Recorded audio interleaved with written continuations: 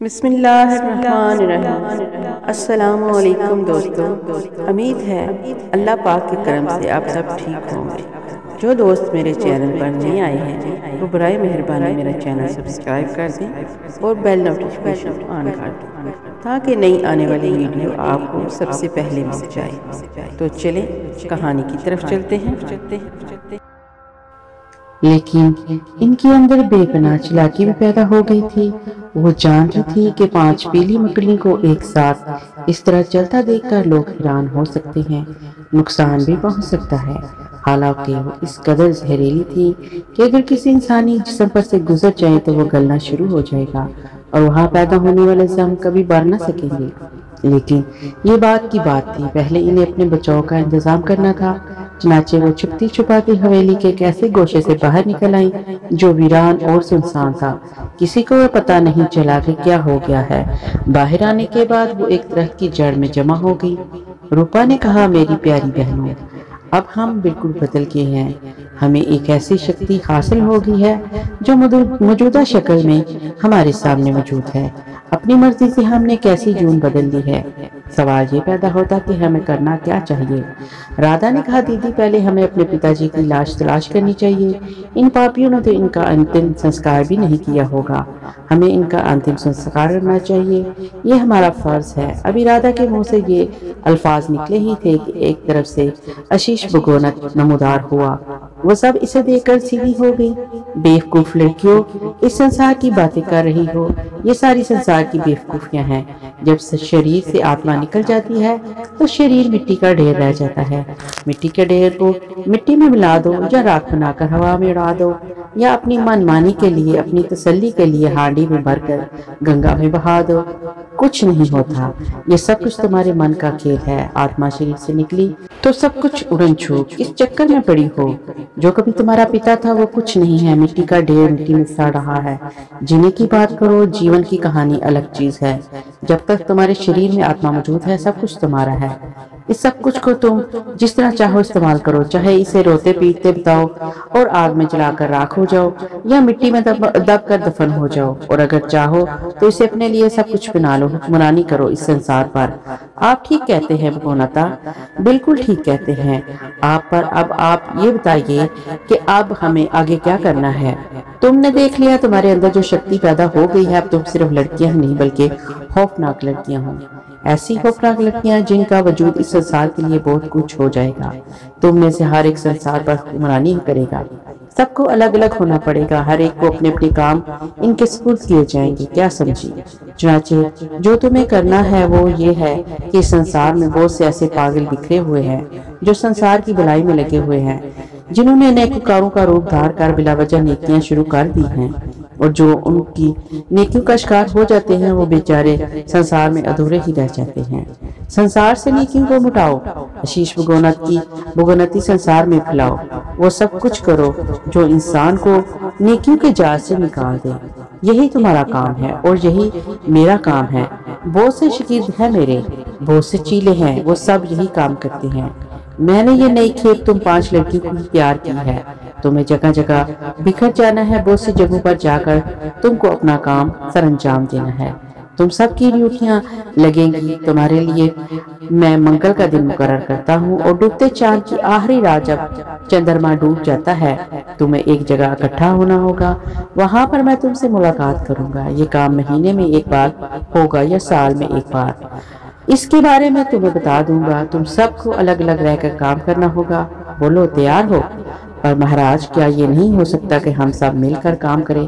نہیں، کام بہت ہے اور میرے چیلے کم، لیکن میں تم سے کہہ چکا ہوں کہ مہینے میں ایک بار تمہیں ایک مخصوص جگہ پر ملاقات کرنی ہے، ساری رات اور سارا دن وہاں رہ سکتی ہو، کیا سمجھی؟ ٹھیک ہے، جو حکم مہاراج، ہمیں اعتراض نہیں ہے، پر آپ یہ بتائیے کہ اب ہمیں کیا کرنا ہے۔ ہاں راگنی، میں نے تمہیں اس کام کے لیے مقرر کیا ہے کہ تم راوت رائے کو اس کے کیے کی سزا دو گے۔ روپا، کیا تمہارے من میں یہ بات نہیں ہے کہ تم اپنے پتا کا انتقام لو؟ کیوں نہیں آشیش بھگونت، میں راوت رائے کے پورے پریوار کو نشٹ کر دینا چاہتی ہوں۔ میری آرزو ہے کہ میں اس کے سارے خاندان کو ختم کر دوں۔ یہ ذمہ داری میں نے راگنی کے ساتھ ڈال دی ہے، یہ کام راگنی کرے گی۔ کیوں راگنی، تم کرو گی نا یہ کام؟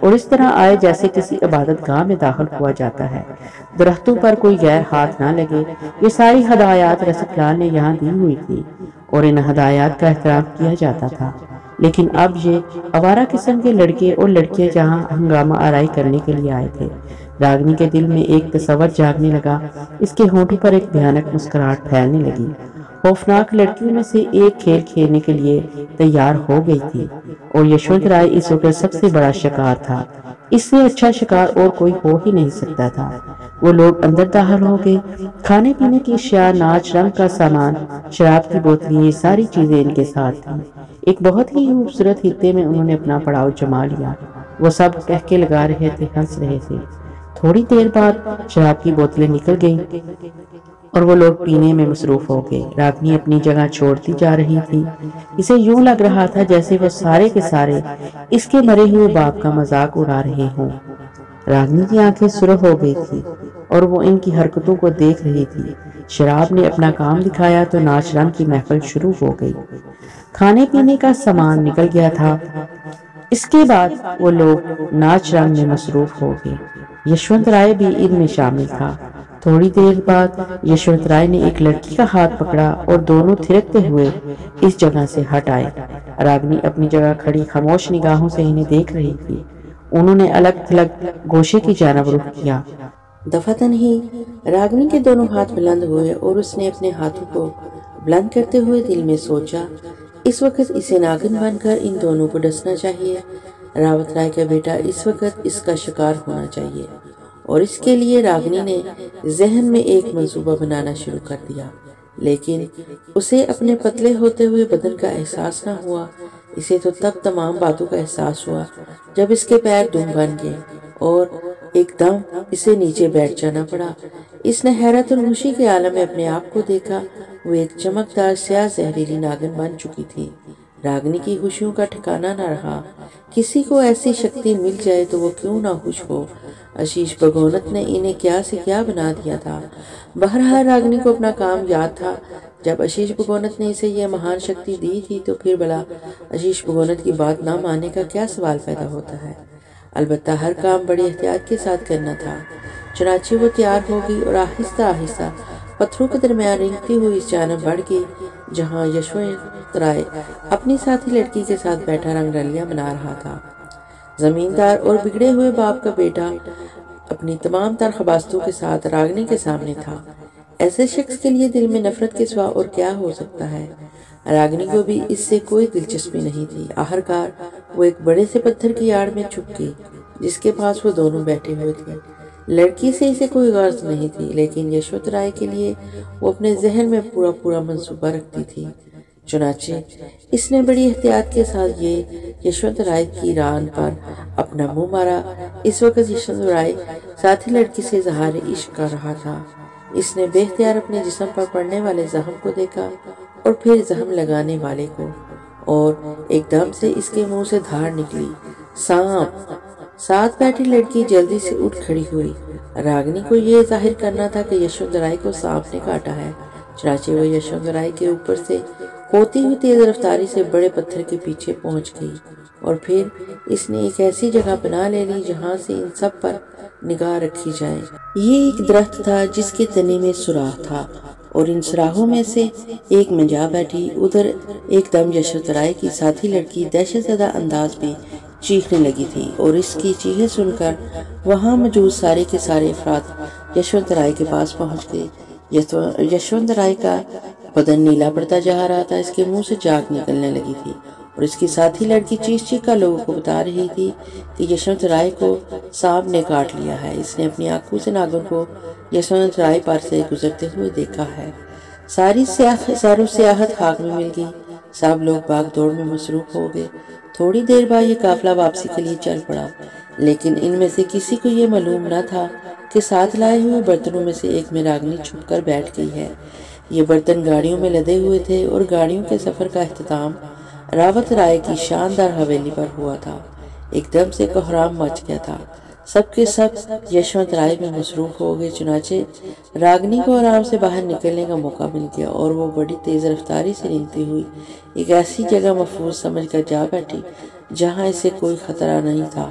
زہریلی ناگن انسان کا دماغ رکھتی تھی اور وہ بھی انتقام برا دماغ، چنانچہ ہر کام سوچ سمجھ کر کر رہی تھی کہ کوئی غلطی اسے نقصان نہ پہنچا دے۔ وہ ایسی جگہوں کو منتخب کر رہی تھی جہاں سے ان لوگوں کی کارروائیوں کا بخوبی جائزہ لے سکے۔